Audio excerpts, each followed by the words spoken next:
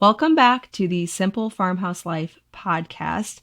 Today I'm going to be chatting with Katie from Lost Oak Farm.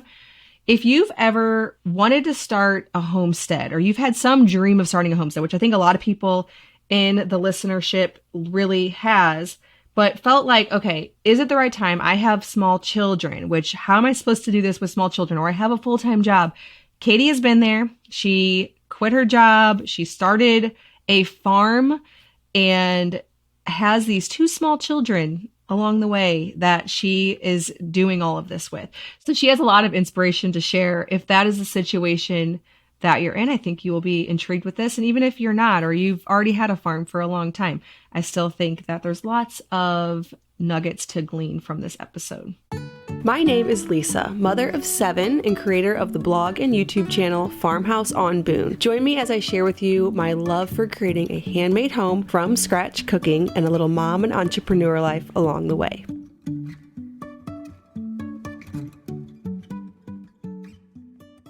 Well, thank you so much, Katie, for joining me. I know that my listeners are really going to enjoy hearing your story.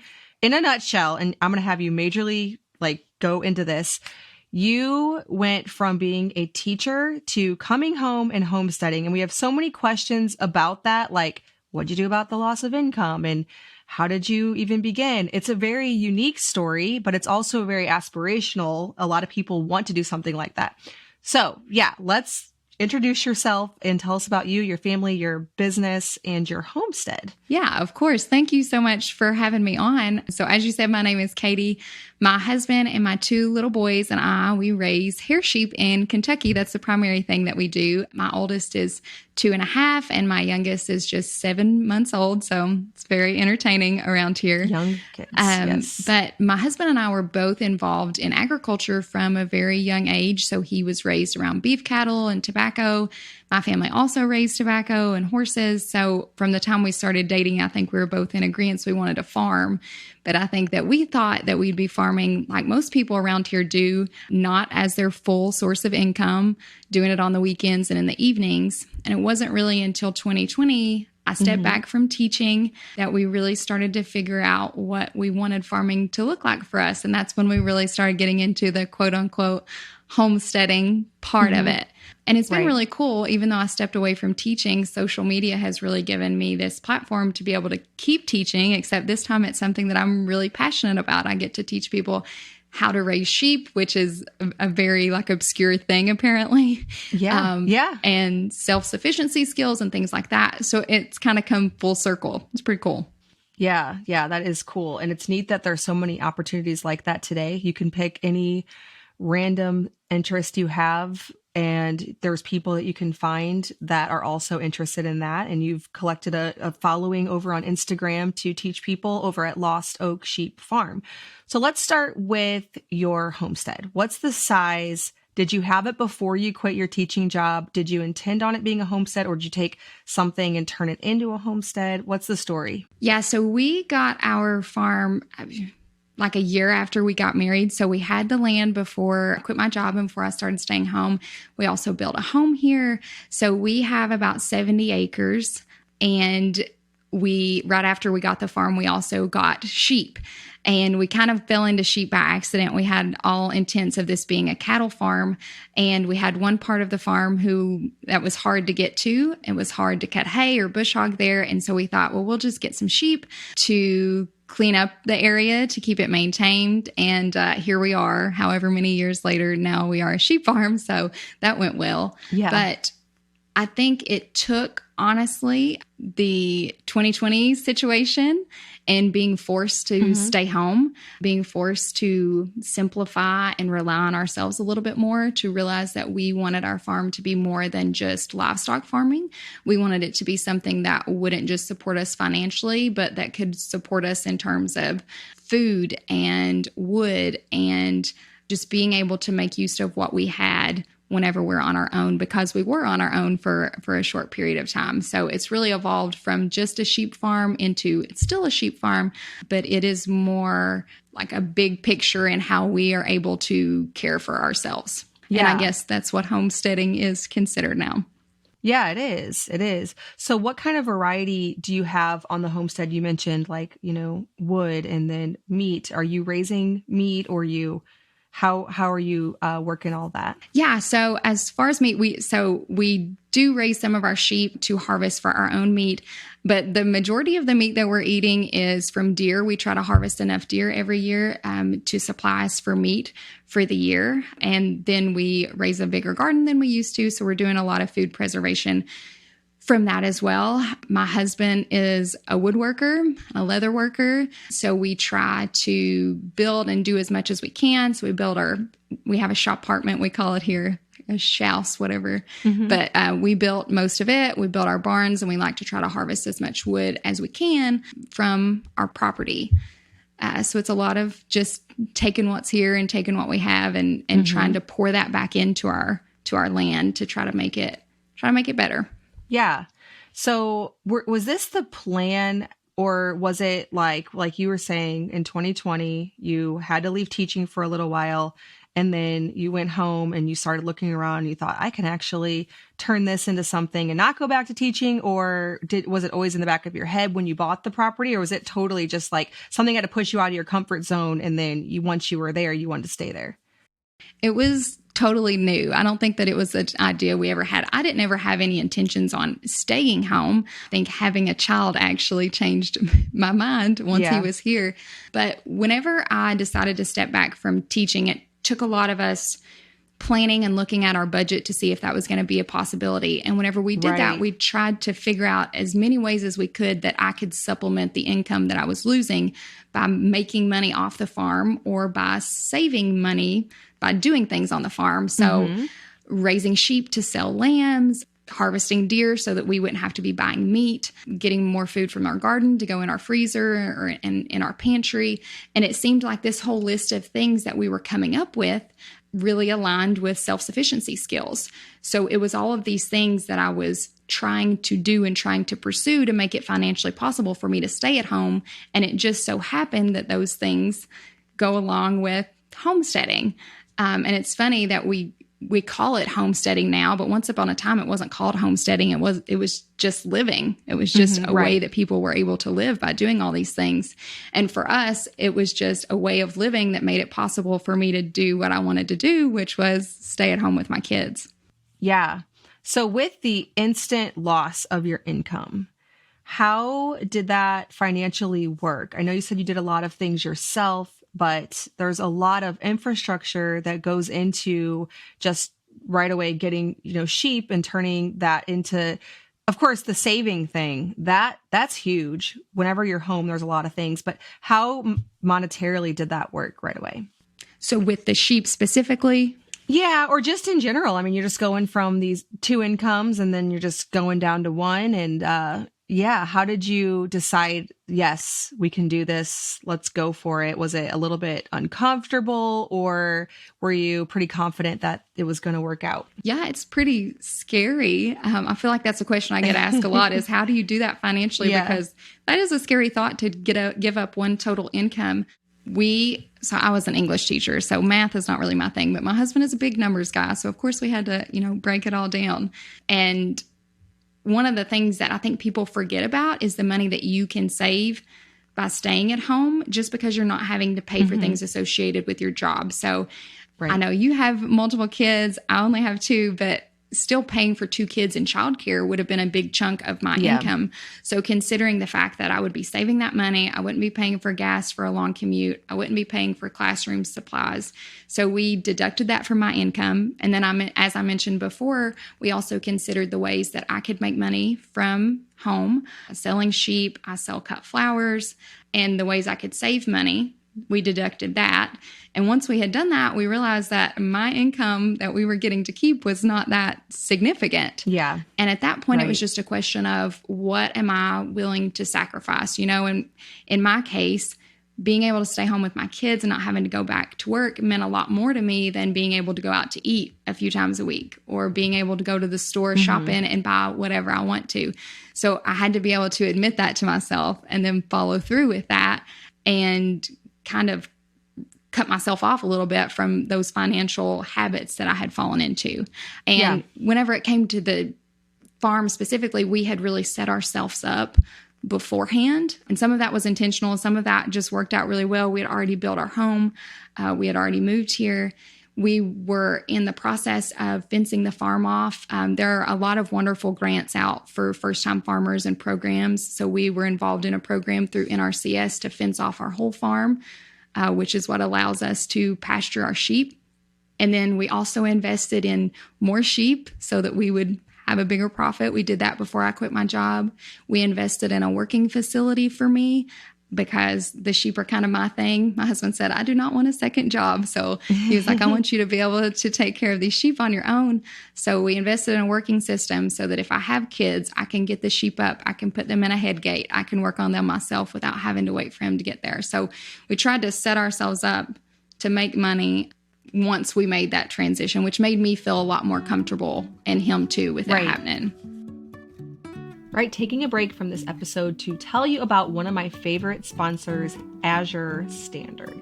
So as we learn to cook from scratch in our kitchens, whether that is sourdough or soaking grains or finding high quality meats and raw cheeses, sometimes it can be really difficult to source those things. I know in my area, I can find a lot of those things, but they're at the grocery store. That's a lot more expensive. If I want a little block of raw cheese, I'm going to be paying quite a bit for it. Azure Standard works like a co-op where a bunch of like-minded individuals basically pull together an order and get it for a price that you can't find for these high-quality things by skipping the middleman. So you can go over to azurestandard.com and find a drop location that is near you. I know where I live, there are 2 within a 30-mile or 30-minute radius that I can get to pretty easily.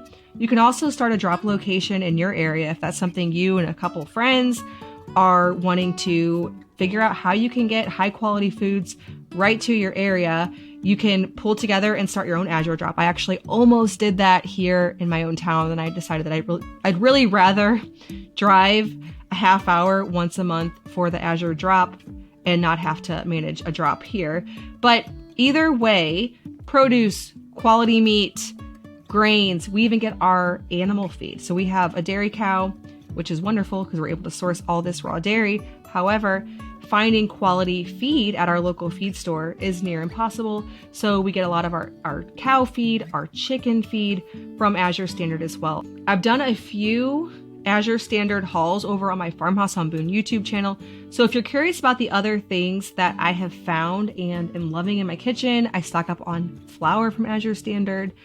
You can check out one of those. You can just search on YouTube, Farmhouse on Boone, Azure Standard. Azure Standard is offering Simple Farmhouse Life listeners 10% off your order. So if this is something that you want to investigate in, poke around on the website, see if there's not something on there that you might already be getting locally but is really too expensive, or something that you can't find at all. You see these videos of people who say, hey, get this, and then you're like, but where do I even find that in my little town? Check it out on there. Use the code SIMPLESUMMER10. They're offering 10% off your order over at azurestandard.com. Find a drop in your location. Again, use the code SIMPLESUMMER10. So let's talk a little bit about that, the sheep business. How do you make money with sheep? Are you selling, like at what point are you selling them? Yeah, tell us about that, because I know very little about sheep farming. Yeah, most people don't know very much about sheep farming. They just think of wool, and we actually don't have wool sheep. So our sheep are hair sheep. They don't have wool. So then people are even more confused about, well, then what do you use the sheep for? So for us, we breed sheep. And so they all lamb here. We're actually finishing up on lambing right now. We have like 75 lambs out in the field right now. Oh, but they, once they get to weaning age, we sell all of our sheep to other farmers for breeding stock. So I think there's a large move of people who are getting into sheep, at least in our area. So we have a lot of newcomers. And so it's really cool to get to interact with them and kind of teach them and give them their first flock of sheep. So we are selling all to other farmers. But whenever we started, we were selling all of our sheep to the stockyards, and then they're gone and they're processed. And that is the lamb meat that you can buy in the grocery store is what they would be selling at the stockyard. But people can have sheep for milk, People can raise sheep for their own meat or to sell meat to other people. So there are a few different options. And then obviously if you have wool sheep, you can sell the wool. It doesn't have much value, but if you turn it into something cool, then you can do pretty good with it. Right. Yeah. I do find there's a growing interest in sheep. And the way that you make money with sheep is similar to other animals. It's just there's a lot of different ways that you can do it. I was listening to the Shepherdess podcast recently. Like I just came across her because she did some interviews with Joel Salatin. And I love listening to Joel Salatin anytime he's talking. So yeah, I was listening to her and then I had another person on who raised sheep. So yeah, I think there's a growing interest in that. They're a nice size animal for people who are intimidated with, jumping straight into cattle. That can be intimidating because you have to work them. Like you mentioned, you have to get a lot of times you have to get the sheep in a certain area so that you can do certain things. I know that with cattle, there's just stuff comes up. So people ask me a lot about that for this episode, and I guarantee you they ask you about it all the time. What do you do or how do you do this with kids? Because you're saying that your husband, this is not his job, this is your job, and you have a 2-year-old and a baby. So that would be the ages where it's not like you have any help around the farm with the kids.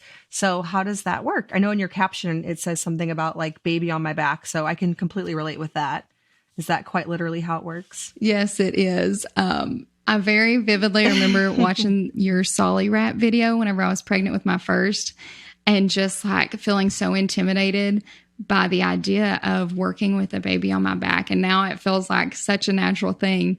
But yes, my husband, so he works off the farm all day. He has a ton of help in the evening. But during the day, it is very much a baby on my back pretty much all the time, and the other one walking around with me and working. I very much don't want the homestead to feel separate than my kids. I don't want it to feel like two separate things. I want them to feel like they're a part of it, and I want them to grow up learning some of the things that it took me until adulthood to learn. So I try to include them in everything I can, and a lot of times that can look like giving my toddler a job.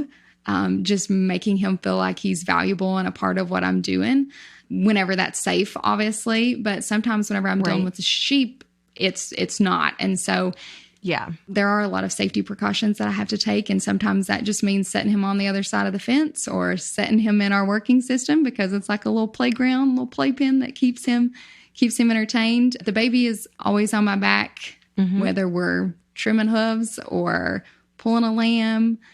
And it takes a lot of getting used to doing that. But once you get in a rhythm with it, it doesn't feel so intimidating. But I do think that would be different if I had something like cattle, because I wouldn't feel safe with my toddler walking amongst the cattle. But because sheep are so much smaller and I know that the girls aren't aggressive, that I don't have to worry about that. And like you said, I think that's part of why so many new homesteaders are interested in sheep, because they don't seem as intimidating. I know that I can walk through a pasture. I can catch one. I can set it on its butt and I can work with it. Right. And also for them, it's pretty cool because you can have a lot more sheep on a small size lot than you can with a cow. So you can get kind of more bang for your buck. Yeah. Well, so I'm used to having help around here because my husband's home with me, and then I have older kids too. And so when it's milking time, normally that's, we can run things that way. We can have either kids helping with milking or helping with the younger kids. But the other day, my husband took the 4 oldest on a 4-hour drive down to Arkansas for a fun canoe trip. So I was home with 3 little kids for 3 different milkings, the morning, the night, and the next morning. And I was like, because I've done this. I've been in your shoes. I've had 2 little kids, but it's just been so long that I forget what it's like. And so the way I ran it was I put the baby in the stroller, strapped him into the stroller, and then I set him kind of in front of the milk stand so that he could watch the cow as I was taking her out, getting the next cow in. And then the other ones just kind of stayed within earshot. Like I could just, tell the 5-year-old, okay, stay with Daniel. And I could hear both of them. And hey, where are you guys at now? And they're collecting eggs, So you do figure out ways. And we've thought about setting up for other occasions like that, like whenever just one of us is home, because that happens sometimes. One of us will take the older kids somewhere. One of us will stay home with the kids that aren't so fun to take other places, But setting up a pack and play out there, He Yeah, doesn't love definitely. it. He'd rather run around, but he's safe. He can see me. Mm-hmm. It can be done. And so I did Yeah. accomplish 3 milking sessions, 2 cows Go with the you. 3 babies. I'm like, we can do this. Yeah, for our daily like feeding situation, we feed the girls kind of in this pen and all the lambs kind of run around outside. So the baby's always on my back. But for my toddler, we have this tub, this random tub that's out here, and he just knows that when we're feeding and getting the girls up, he just goes and stands on that tub. And he thinks it's fun to stand up there, but it Yeah. also he's in a singular location. We know where he's at. Right, He you can knows see that him. routine. And he's like, once the girls get up, I can go chase lambs. Yeah. So it's getting them in a routine of knowing what they're used to or knowing what to expect is helpful too. Yeah. And I love the daily rhythm of farm life because it gets you outside and kids want to be outside. It's harder, in my opinion, to watch them inside. Now, of course, this time of year, it's nice because we don't have to worry about getting them all bundled up. But no matter what, it really is nice getting kids outside a couple times a day just by force. You have to, because you have to deal with the animals, and it sets this rhythm to the day because there are set times when you need to go do that. And we've really enjoyed that rhythm in our family. And so I think it's a good thing for kids. Oh, I definitely do too. And it's interesting too, because not only do you have that rhythm of getting outside, but I think being on a farm, it is refreshing that routine, even though you still have that rhythm of going outside, it's changing throughout the year with the seasons. So fall is our breeding season. Yes. So we're still getting outside, but they're getting to experience different things outside. Spring's our lambing, summer is the garden. Right. So it's always being out and being nature, which I think that my kids at least are so much more entertained whenever they're out and able to explore. But it's continually changing, so it doesn't feel like they're getting bored of anything. Yeah. And I think that my number one tip to moms who they want to start something like this or something on a smaller scale, just maybe a few animals or something, and they're worried about how do you do this with toddlers and babies around, just remember that it'll take longer, and it just will. You can't be in a hurry with it. There are things that you'll have to do because they're with you. And so, yes, it's harder, but also as a stay-at-home mom, especially with just little kids, you kind of have all day. Like when my little ones were 2 and baby, there wasn't homeschool to work on. If I kept them outside, then that meant there wasn't a mess going on inside. It wasn't like other things were happening while I just had these 2 little babies kind of with me. And it's okay if it took forever because that's all I really had to care for. It wasn't like, there was a 7-year-old or a 5-year-old back at the house getting breakfast or whatever. It did in some ways. It is very manageable, especially if you just know that, this might take a lot longer than somebody who didn't have this. Yes, exactly. And honestly, that was, I think, one of the biggest shocks from switching from going to work every day to staying home, is because I was used to being on this timeline and used to having deadlines. And then you basically have total freedom of you get to decide what your schedule is. Well, obviously the children impact that, but you don't have an end of the day. You don't have a class change time that you're having to get things done by, which is a really great thing for kids because you are so flexible.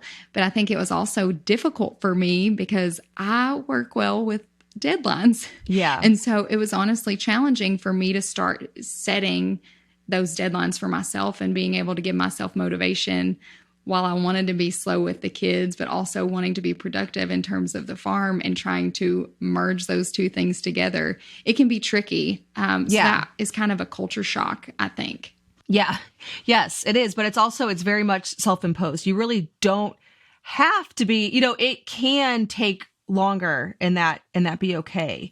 There's not somewhere you have to be. I'm with you though. I have like a pretty structured day, and we have it very like there's always deadlines throughout my day, but I always think to myself, well, what happens if I don't make that? Oh, well, really nothing. This is all just very self-imposed, especially with a couple of little kids. Yeah, exactly. I want to take a break from this episode to tell you about today's podcast sponsor, Carly Jean Los Angeles. Carly Jean is a capsule-based wardrobe company based out of LA. Carly, the owner and mother of 4, she and her team put together these beautiful basic collections with high quality items that are meant to be worn year after year through a lot of different life seasons.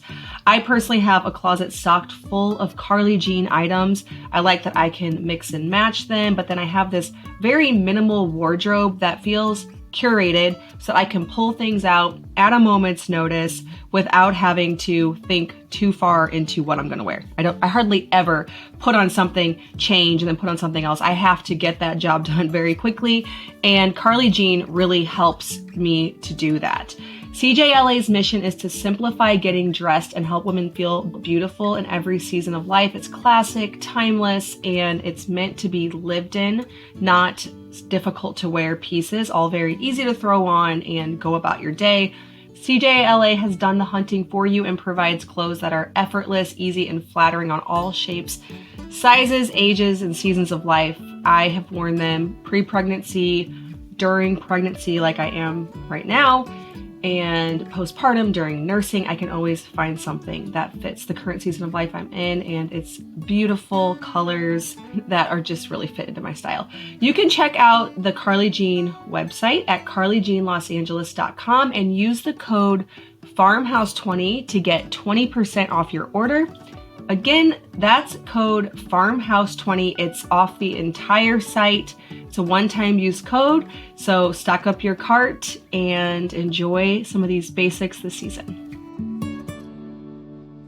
Okay, so one specific question I have for you is, you clearly went into sheep. You have a fairly, not large operation, but larger than most homesteaders.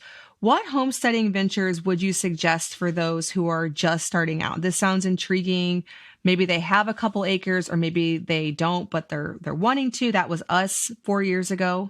We had a quarter of an acre, so we could have literally nothing except for chickens.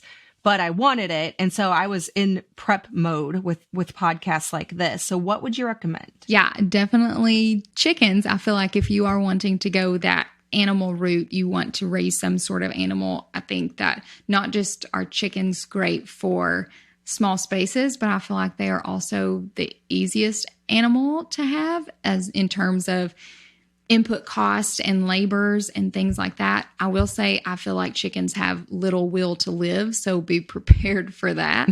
But it doesn't take much to throw a coop together, to invest in some chicks, and to start getting some eggs. And I think the cool thing about that is that once you do one thing, it's almost like a snowball effect. You see that success of trying your first homesteading thing, and that gives you the confidence and the courage to try something else. So if you're wanting livestock or some sort of animal, I would suggest getting chickens. And I know some people do meat rabbits. We've never tried that before. Yes, I've heard that too. But I feel like that would be a good option for a small scale situation. But you don't even have to have land in order to do something. I think that is what a lot of people misconstrue from social media. They see people like us with a farm, with a land, doing things, and it makes them discouraged if they don't have that. But you can start learning skills where you are. I don't think that anyone should be waiting for the perfect opportunity to do that. You don't have to wait until you have property. You don't have to wait until you quit your job to start learning. So there are plenty of indoor things that you can try. You can start connecting with some of your local farmers to try to source your meat and your produce, and start learning to cook with those fresh things. You can start learning to sew. That has been an adventure for me that I am still working on. You can start growing some microgreens. I know that's something really easy that you can grow in your windowsill, but that can still give you that experience of growing something yourself. And again, give you the confidence to hopefully try something more. I do think that my biggest piece of advice, though, is you also see people homesteading who feel like, I still feel intimidated by people because I'm like, how are they doing all of these things? But you can feel confident with just doing a homesteading thing. You do not have to do all the homesteading things. Right. It is okay to choose your lane and explore it. And if you want to do more after that, that's great. But you're still allowed to just choose one thing. You're allowed to try one thing, and that is still getting you further towards self-sufficiency. Yeah. Yes, exactly. And a lot of those people that you see doing more things, they probably just have more years invested in learning Hmm. things to the point that they've just built on the skills. And then what looks really difficult to you because there's a learning curve isn't difficult for them and takes them a lot less time because, you know, if you've been, on this journey for a decade or more, there are going to be a lot of skills that aren't as difficult as they once were. So, Yeah. And what they've been doing for years is probably feels very natural to them. Like there is probably not much thought and effort that has to go into it once they have established their routine. yes. Yeah. I'm already feeling that way with cheese. Like I have been building up in my brain making cheese for so long.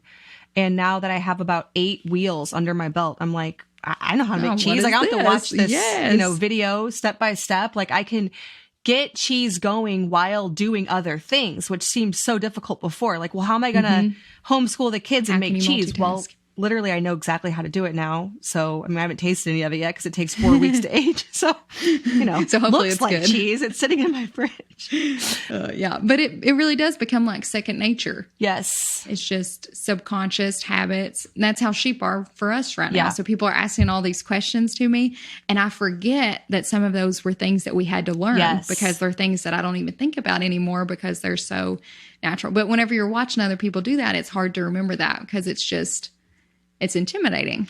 Yes. And the learning part of anything is always the intimidating part. It's always the thinking about it beforehand. The actual thing isn't that hard. It's just the learning curve of it. And so that's always my encouragement to people. It's like, if you're really thinking about something, you just need to try it. You can't ask, like with sheep, if somebody has the property, they're thinking about it, and then, they've asked you 10, 15 questions. It's like, okay, before you ask the 16th one, you're just gonna have to try this, and then you'll see, there's only so much information you can get. Just go for it. Yeah. Okay. So how have you carried your teaching degree into this role? You mentioned that it feels like you're still teaching, yet it's not the conventional way. Yeah. So whenever I taught high school English, and I really did that because I loved to read. And I thought, well, this is perfect. And turns out you have to teach a lot more than just reading books. So I realized that, the subject matter that I was teaching wasn't something that I was super passionate about. So once we started farming more, I got the chance to do a few tours of the farm with younger kids. And I just loved it because I was getting to, one, control what the lessons looked like. I had no lesson plans to stick to adhere to. And I got to teach about what I wanted to. And so that has been able to translate onto Instagram because there are so many people who are interested in getting sheep, which I didn't realize that. So now we're working on putting together an ebook for people to start sheep farming. And I have the creative power now to be able to do that. So I think that for people who are wanting to transition to staying at home, consider ways that you might be able to carry the skills that you have from your job into being at home and how it might be able to make money for you from home. Because that's not something that I really considered. I didn't think that I was going to use my teaching degree, that those puzzle pieces didn't connect for me until we actually got into it. And I realized, wow, I love sheep and I enjoy teaching, and, social media really has given me the opportunity to combine those things together. Mm-hmm. Yeah. Yeah. I think that's a good point because it feels it's not because you end up turning this into something that gives you the freedom to be with your kids and to farm. But in some ways, I think people have this feeling of, oh, well, I'm wasting this degree that I got. And you figured out how to translate that into sort of a career, but then also into something that you really love. So that's the best of both worlds. Okay. So we did a question box over on Instagram like we do for every episode. We got a lot of audience questions. The first category has a lot to do with financial because this is probably the scariest part for people. It's like, great, but making that leap. I mean, I understand because we've done this too. I've always been a stay-at-home mom, but then we at one point decided that we would have my husband come home. And so making that leap is very scary. Okay, so the first question is, What beginning steps did you take? Did you have any side businesses before or a significant savings in place before taking the leap? Or did you, I mean, it sounds like you guys pretty much just figured, okay, without daycare and without a few other things, this will work out no matter what. But yeah, how'd that look? Yeah, so we definitely did have an emergency fund set up. So thankfully, we had been adding to that for a while, and a portion of my husband's income paycheck still continues to go to that now. Because I think the big scary part is not just that you're going to be losing your income. It's, well, what if your spouse loses their job? Right. So I would definitely recommend having something to fall back on. But yes, like you said, we did do a lot of math and figured out and tried to make some extra money. Before I quit, as I said, we had sheep beforehand, but we had a much smaller flock. So I do think that it was beneficial and helped us that we already had experience with sheep. We'd really learned how to raise sheep at that point. And then once I started staying home, it was more learning how to market them, because we were shifting from just selling at the stockyards, which is a little bit easier. You just take them and drop them off and you know somebody's going to buy them. And then whenever I stayed home, we realized that there was potential in selling to other farmers. And at that point, you're having to really market yourself and try to get connected with other people. So that transition really helped us, but it was very helpful to have the foundation of already knowing how to raise sheep and already having experience doing that. Yes, yes. Okay, somebody else asked, how do you make up for lost benefits, healthcare, etc., from leaving teaching? It's a pretty specific question. Maybe somebody else also is a teacher and wants to know. Yes, that is totally my husband. I had been on his benefits, health insurance, and everything anyways, because it was unsurprisingly better than teaching options. So for us, thankfully, that wasn't a big factor in considering. Yeah. Yeah. It was for us because we went from one income down to, I mean, we went to obviously my business one, but it went from one like regular traditional income down to none. Yeah. And so we ended up going with a health sharing situation. We bought health insurance for the first couple of months. And I was like, what in the world? We're not going to do that. Yeah. So then we went down to health sharing, and that's been for like 4 years now, or 5 years. Yeah. I know a lot of farmers around here who are full-time farmers will sometimes drive a school bus or something like that only takes up a small portion of their day so that they can still get the benefits that they need, but still have plenty of time on the farm. So if someone is dealing with their spouse being self-employed and them quitting, that is an option. Yeah, that's true. Okay, someone else asked, is it possible to do something like this without an online presence? And I'm assuming you didn't even have an online presence before you did this. No, I didn't. So 100% possible. Yeah, I think that there are just so many homesteaders online now that maybe it makes people feel like that is making up a big part of their income. But no, for a good portion of this, I didn't have an online presence. So you got it.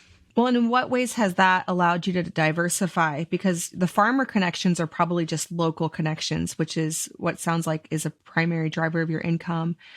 Are you able to diversify because of your social media presence?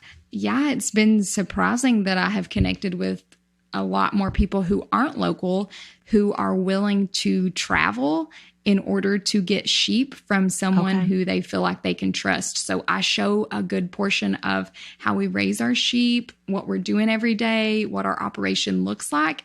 And that means a lot to people who are buying animals, not just for meat. I mean, obviously people care what goes into their meat animals, but whenever you're buying animals that are going to be living on your farm for a long time, that you're buying for breeding purposes, it's really reassuring to them to be able to see how that animal has been raised, to see the genetics that went behind it. And so it's been cool. I have people who are going to be coming and getting lambs this summer from far away, all because they got to watch how that animal was raised on social media. So it definitely has the potential to impact and change how your life looks. Yeah. But again, we were still successful with selling to other farmers around here before being on Instagram. Yeah. Yeah. So that's just been an added bonus. So totally possible. Mm-hmm. Okay. What are some things that you didn't realize would be challenging, and then some things that you thought would be challenging that actually turned out to be easier than you thought? Any surprises there? So honestly, I expected the financial shift to be harder than it was. It happened pretty seamlessly. Okay. And I hope that's an encouragement for people who are super scared of it, because that definitely wasn't the hardest part. I also was very intimidated, I think, with what it would look like to have kids on the farm. I had no idea how I would multitask with taking care of the kids and taking care of the farm. And I think it wasn't until I got into it that I realized those two things are connected and they can happen at the same time. Like those do not have to be mutually exclusive activities. As far as what I didn't expect, time. I feel like I could probably list 50 things right now that I could be off doing on the farm. I think everybody that owns a farm or homesteads has just a running list of things that you want to try, and trying to prioritize those things and not feel guilty about what you don't get done. It is difficult. It can be stressful. It can be a weight on you. And so I'm still trying to find the best way to invest my time back into the farm and still do things that I want to do that seem fun, random, learning to make cheese. Yeah, right. That is my experience to a T. The thing, like literally exactly. I don't even know if I would have thought of it if you'd asked me this question, but yes, when we went down to just doing my blog as our income, the financial thing was the thing we were most nervous about. And that worked out completely fine. No problem. Like, I think the first year we're like, well, maybe we'll have to, if anything goes wrong, you'll have to get your job back. But then like that became no problem at all. And that was seamless. And then I agree with you. You think, okay, now I was going to work 8 hours a day. And so now I have 8 extra hours, which is an eternity, which is all the time I'll ever need to do everything I've ever dreamed of in my entire life. And for us, we thought, Luke coming home, that's 8 extra hours a day that he wasn't there. And so that is just, but it's still very finite amount of time. And then my sister, she and her husband did the same thing as us 2 years later. And she kept saying, well, when, we're going to have all this time. And I'm like, just trust me. It's not like that. And then as soon as he, like about a month or two in, she was like, I totally see what you're saying. I thought we'd have endless amounts of time. So yeah, completely agree. Yeah. It's like, where does it all go? I don't know. It makes you wonder how you got it done before. But isn't that always the case? Like every time I have a new kid, I'm like, wait, how'd I think this number was hard? How'd I think this number was hard? It's like every single time the transition is so weird because it's like, well, I don't know. It's whatever situation you're in always has its unique, it always feels. And so you compare yourself to others thinking, oh, well, that would be easy. But when you were there, it wasn't. And so I don't know. It's really a strange thing. Yeah, my husband keeps saying, remember when you were overwhelmed with just one? Remember when you were struggling with just one? I know. And I felt the same way. So there's nothing I can say. Like, that is crazy. But yeah, I know. And now whenever I'm home, like when I was home the other day with my 3 little boys, I can get so much done. Oh, yeah, I bet. That was so hard. And it's not that my older kids are hard. It's just that there's so much going on. And so when you're just home with 3 little babies that you can kind of control, you're like, okay, now we're going to go here. Now we're going to go here. That's what I'm trying to say. Like, it feels so manageable because you're so much in control. It's not like this thing that's like you have people doing stuff everywhere. It just feels just different. Yeah. And you could have never told me that then, but then I'm sure now, like once I have this 8th child next month or in July, I'm going to say, remember when I thought that was hard? So there's just no getting ahead of that. I don't know.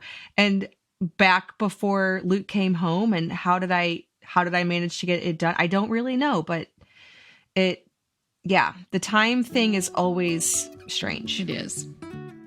Taking a break from this episode to tell you about a sponsor that I have been loving for, I think, over a year now, and that is Tubes & Co. Tubes & Co. offers skincare products, cosmetics, that are made from high quality ingredients like grass-fed tallow. So many quality ingredients, nothing bad, no artificial dyes, preservatives, scents. You can trust that everything you get from them has quality ingredients, but then it's also such high quality stuff. In the past, I have had this issue with makeup where I want to look like I'm wearing makeup.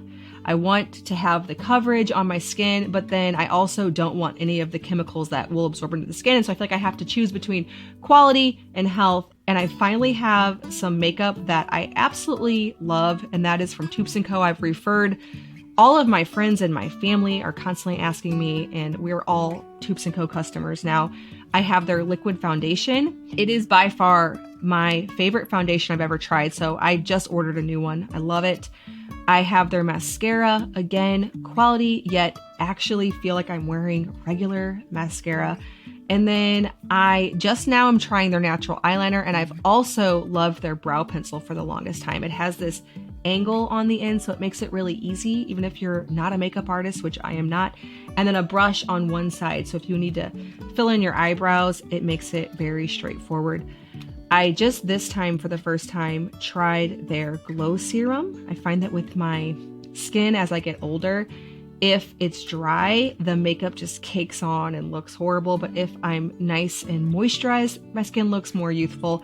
That glow serum is absolutely wonderful. Tubes & Co. is offering Simple Farmhouse Life listeners 10% off your order with the code FARMHOUSE. So this is a one-time use code. There are some things that you have been really wanting to try out that are natural yet still really effective and won't make you miss your favorite brands of cosmetics or skincare. Definitely also try the tallow balm. You should definitely try Tubes & Co. So head on over to Tubes & Co. That's TOUPS and co.com and use the code FARMHOUSE to get 10% off your order and try out some wonderful, beautiful, natural and organic skincare. Okay, this question cracked me up because I got a comment on a reel yesterday, and here's the thing. I don't read my comments for a reason, but yet sometimes I do. And they get to me sometimes because it's like you want to defend yourself, but you're like, who cares? Who even are you? Who did that? But okay, somebody asked, is homestead life really as peaceful as it looks? And I can go into my little story about that. So is it peaceful? Yeah, this is funny because my husband and I were actually talking about this because obviously you see all of these pretty pictures and videos and whatnot. And so I asked him, I was like, is it as peaceful as it looks? And we simultaneously, I said no. And he said even more so.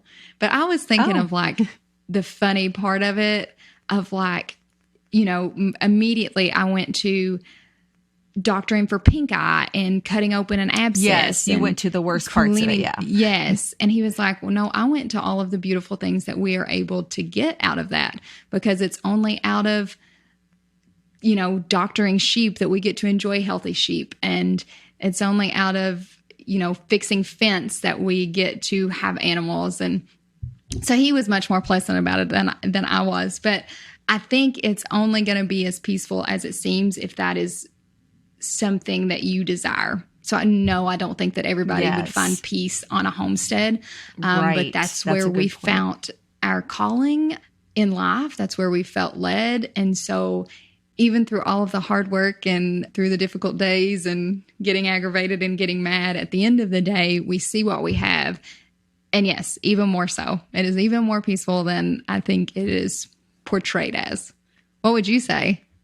Good. Well, that leads into my real story, because if you had said, no, it's terrible, it's so stressful, and I just show the pretty parts, then it wouldn't have led into my story here. So like a week or two ago, my daughter, who is 14, she created for me a series of 4 reels. I've only posted 3 of them, but she shot them all in one day and edited them. It was fun. I don't normally do like day in the life because I have a YouTube channel. And so it's too hard to think about vertical and horizontal content. So I just pretty much don't.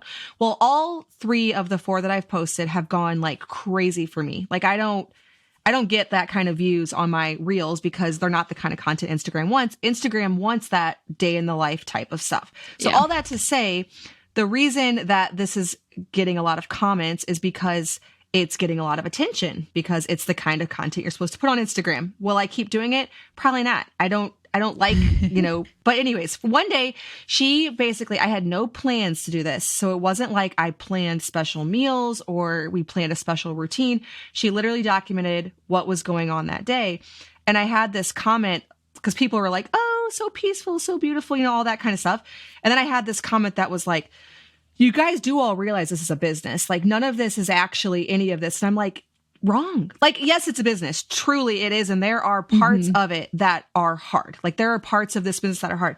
But that particular reel series was literally exactly how our day went. And it really was like that. And I know that's hard to imagine because people are like, I'm so tired just watching this. Like, how do you? And I'm like, this is what we wanted. And so this was like literally a dream day. Like I made butter. I hadn't planned to do that, but we do have a lot of cream.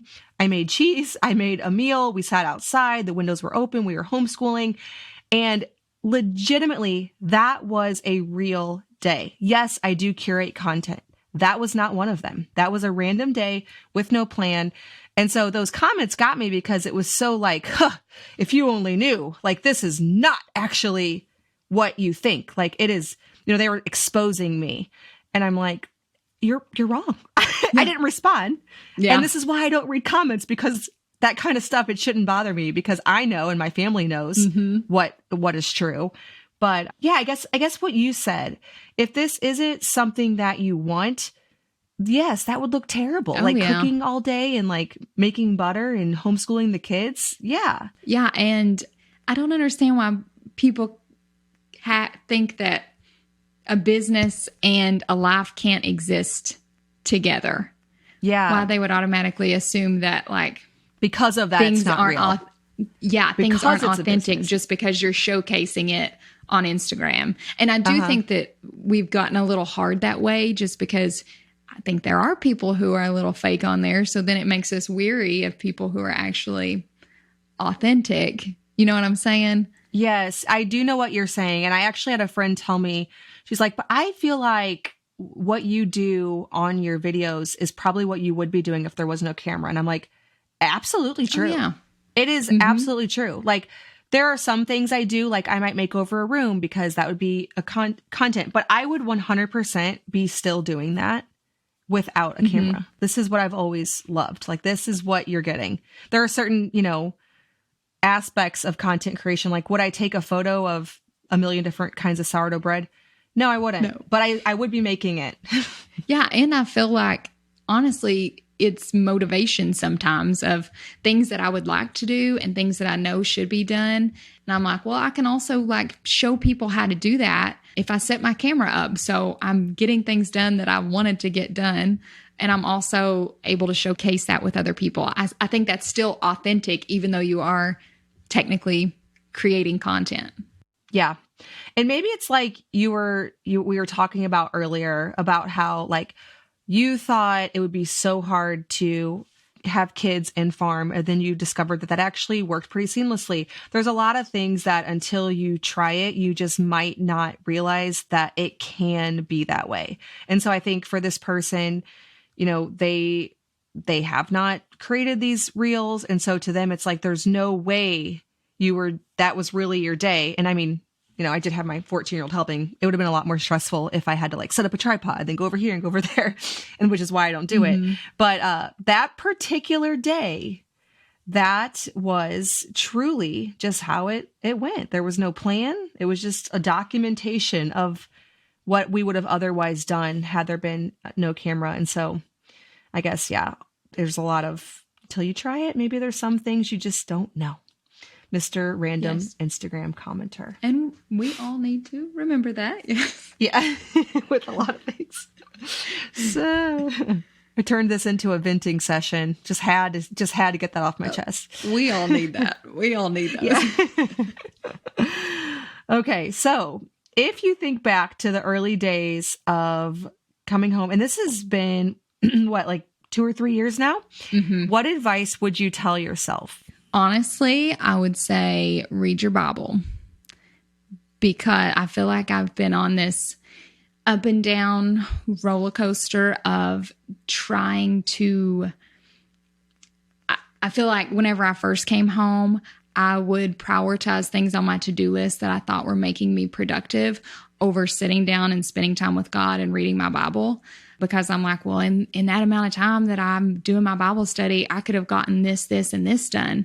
And over time, I have realized that if I sit down and spend time with God, He is not going to fail me in the rest of my day. Like, He is not going to let me, fall off my to-do list and not have a good day and, not get things done if I prioritize Him. But it took a lot of having not great days to realize that I needed that habit in my life. So would definitely say choose a Bible study, stick to it, put it at the top of your to-do list every day. Yeah. Get to that before you get to those Instagram commenters, so that you can have truth ma'am. spoken into you instead of... I need to do what you do and just not read them, apparently. Because yes, you're like, I want to respond, but I know. I don't need to. Well, yeah. What are you going to say? How are you going to respond in a way that doesn't just make you look like a lunatic? Like, yes, it is. Yeah. And you're not going to change their mind either way. Exactly. That's what I'm saying. Yes, it's a whole thing trying to find that balance with social media, because you have this platform where you can share with people and educate people and inspire people. But then, of course, with that, especially if anything goes kind of nuts, which I know you've had a few reels that have, that's when they come out. That's when they come out. It's like a blessing and a curse all at once. Yeah, I get to hear all about the wrong things that I'm doing on my farm. So that's... Oh, I'm sure you do. Yep. People get lots of opinions on farm stuff. It sometimes makes me nervous to even share farm stuff. There's like certain things that are going to be a trigger. Yes. Yes, because we milk and I'm sure so I'm sure that's a whole thing. Milk and meat. It's a whole thing. Yep. Okay. Do you have any frequently asked questions like, okay, this is something I get asked all the time that I should not be ignoring because people clearly want to know? I get asked this question all the time and I don't have a great answer, is how many acres you need to have sheep. So basically people want to know like the number of sheep per acre. Okay. I think cow is 1 to 1. You can have more sheep than that on an acre. Is it not? It depends. Like Joel Salatin was saying an acre I was listening to a recent podcast, I think it was on the Shepherdess, an acre in, I forget what states he was using, but like desert areas, and then an acre over in Virginia. That's not the same thing. Totally different. And if you're rotating your pastures, that makes a big difference too. So that's what I have to tell people. Like, there are just so many variables that go into it. Are you rotating pastures? Are you supplementing with feed, or are they only on grass? Is it wooded areas, or is it all open pasture? So I don't have a good number to get. My suggestion is always get less than you think that you'll be able to support, because you can always get more if you figure out that your pasture can support more. But you can have sheep on an acre. You can have multiple sheep on an acre. So it's much more reasonable to start with sheep on a smaller homestead than obviously with cattle. Sheep or goats are really good for small spaces, and also cleaning things up if you got a lot of weeds or anything like that. Yes, sheep will do you well. So with sheep, do they escape like goats do? We've had goats and I wasn't a fan. Yeah, they don't. Well, I can't speak for everybody, but our sheep, as long as they have food, they are not trying to get out. Now, I will say, whenever we first got sheep, we made a lot of mistakes. We brought 4 sheep home, and we had up like 2 strands of electric. That wasn't me. I blame my husband. They got out immediately, ran away, and we never saw them again. Oh, no. So, yeah. They really left. I'm surprised that we got more sheep. But after that, we made sure that everywhere we had woven fence. So either permanent woven fence or woven electric that you can move. And with woven fence, we never have issues. Now, the lambs sometimes are small enough to get through the bars in our gates or things like that, but they'll go right back through to their mom. Right. But yes, they have no reason to stay away. Yeah. I think sheep are generally less curious. I think goats are just like nosy and want to roam around. Yeah. Yeah. And we have really hilly ground. So like where the house sits is at the top of a hill. And so there's flat ground, but then the rest of the acreage where we keep animals is a hill. And so that Mhm. woven electric fence, we could never figure out how to get it to not ground out. It was just like we never could get it. We have the netting and Oh, it yeah. just, yeah, we can't get it. We could never get it Well, figured out. that's unfortunate. I know. Yeah, we use the We use charger that a because bunch. we have like lines for the cows because cows are so easy. They just, Oh, the yeah. You put like a suggestion. strand up. Yeah. Hmm. Yes. We'll keep them out. So that's really nice. Well, the sheep we can, I think it's just because they've been trained, but we can put the woven electric net up without any electric on it and they won't Okay. bother it. Oh, I guess wow. just because they've learned to associate. Yeah. Well, I've considered getting sheep and we very well might at some point. I'd probably would do it for meat. So whatever, I've looked into a few different breeds for that, but we don't have a whole lot of space left as far as like comfortably grazing, but they're pretty small. So maybe that would work. Yeah. The breed that we have is Katahdins. That's the ones that I hear Shay Elliott talk about. So that's what I always assumed we would do. And they sound delicious too. They sound good. Yeah, it is pretty good. And I had really never eaten lamb or mutton before we got our own. It is a different taste, I feel like, but I do really like it. Well, I've only had it from the grocery store and we've made lots of like sheep jokes about how disgusting it is. But I am positive that Katahdin must be so much better just based on what I've heard What people say. say. I'm like, there's no way that my taste buds are that different. Like I've just had not good sheep. That's what I've some decided. sheep can be kind of greasy. The meat can. I think that's the most common comment I hear. Katahdins, I think, are the most popular hair sheep in general, but for meat too. Wool sheep are generally bigger, so you could potentially get more meat off of them and stuff, but you also are having to shear and deal with that kind of thing. But Yeah. I love my Katahdins. I'm here to peer pressure you. Well, that's probably what I would get just because I've heard about it from enough people that, I know nothing about it and sounds grew up with legit. sheep. Yeah, it sounds legit. I'll trust you. That's usually how I get my information. Just you've done it. You tell me how to do it. Sounds good. Okay, well, tell us about where to best find you or any resources you have that you'd like to share with the listeners. Yeah, so primarily on Instagram at Lost Oak Sheep Farm, and I'm currently slowly but surely working on a hair sheep for beginners ebook that kind of maps out everything that you would need to know about sheep whenever you're getting into it. We learned a whole lot of stuff the hard way because sheep are so kind of niche. Not a lot of people have them. So there's not a ton of information out there. It was trying to find little bits and pieces on Google and trying to find classes to take. We didn't find one collective resource. So I feel like that's something really missing. So that is what I'm working on right now. So you can come join me on Instagram and I will let you know whenever that is ready, hopefully soon. Awesome. I'll have to check that out. That sounds interesting to me just Yes, because I we am. thought about getting a couple of them. So I know next to nothing and that sounds like a really good resource. So Thank you. We've been crazy with lambing, so it has been slow going, but we have 4 sheep left to lamb. We're just patiently waiting on them. yeah, once that you can move into a little bit slower. Well, if you count, I don't know how much gardening you do, but yeah, Hopefully slower. slower farm life. Yeah. All right. Well, thank you, Katie from Lost Oak Sheep Farm. This was a very lovely, inspirational interview. So thank you so much for sharing with us. Thank you so much, Lisa. It was wonderful. All right. Well, thank you so much for listening to this episode of the Simple Farmhouse Life podcast, and I will see you in the next one.